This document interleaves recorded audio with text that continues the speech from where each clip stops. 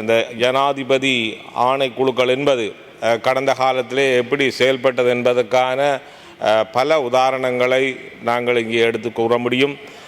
குறிப்பாக மஹிந்த ராஜபக்சவனுடைய ஆட்சி காலத்திலேயும் கூட இந்த காணாமல் போனோர் தொடர்பான ஆணைக்குழு நியமிக்கப்பட்டது.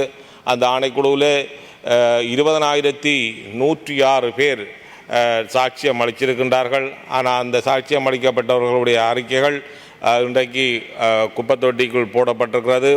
இன்னும் பல ஆயிரக்கணக்கானவர்கள் சாட்சியம் அளிக்க முடியாமல் இந்த நாட்டை விட்டு உயிரை பாதுகாப்பதற்காக சென்றிருக்கின்றார்கள்.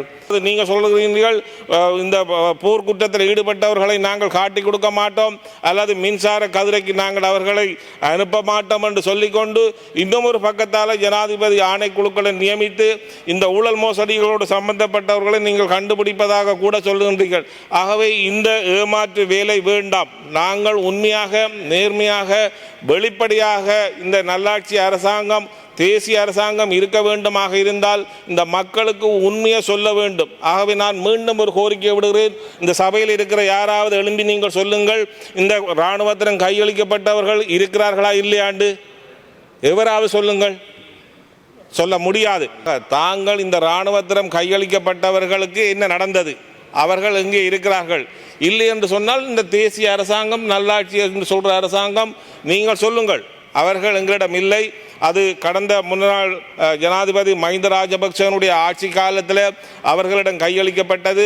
அவர்கள் அத்தனை பேரையும் சுட்டு கொன்று விட்டார்கள் என்றதை நீங்கள் பதிலளியுங்கள்.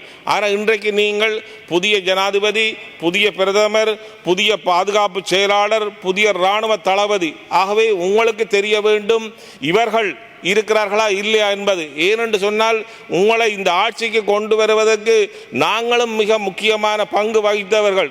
இதே மக்களிடம் போய் நாங்கள் தான் கேட்ட நாங்கள் இந்த தேசிய நல்லாட்சி அரசாங்கத்துக்கு நீங்கள் வாக்களியுங்கள், உங்களுடைய காணாமல் போன பிள்ளைகளை நாங்கள் மீட்டு தருவோம் அல்லது அரசியல் கைதிகளாக நீண்ட காலமாக சிறையில் இருக்கிறவர்களை நாங்கள் விடுதலை பெற்று தருவோம், இந்த எங்களுடைய இந்த பிரச்சனைக்கு ஒரு நிரந்தரமான ஒரு தீர்வு காணப்படும் என்று சொல்லி நாங்கள் சொல்லித்தான் இந்த மக்கள் உங்களுக்கு வாக்களித்தவர்கள். ஆகவே இந்த மக்கள் 8 வருடங்கள் கடந்து இன்றைக்கு தங்களுடைய உறவுகளுக்கு என்ன நடந்தது என்று தெரியாத ஒரு கட்டத்திலே தான் இன்றைக்கு 2 நாட்களாக சாகும்பரை உண்ணாவிரத போராட்டத்தில் ஈடுபட்டிருக்கின்றார்கள். முன்னாள் ஜனாதிபதி மஹிந்த ராஜபக்சே அவர்கள் எவ்வளவு போர்க்குற்றம், மனித உரிமைகளை மீறல் எல்லாத்தையும் செய்து போட்டும் கூட 12,000 பேரை, அதாவது முன்னாள் விடுதலை புலிகள் 12,000 பேரை விடுதலை செய்தார். ஆனால் இன்றைக்கு நாங்கள் எங்களால் கொண்டு வரப்பட்ட இந்த அரசாங்கம் ஒரு 100க்கு குறைவான அரசியல் கைதிகளை நீங்கள் விடுதலை செய்ய முடியாமல் இருக்கிறீர்கள்.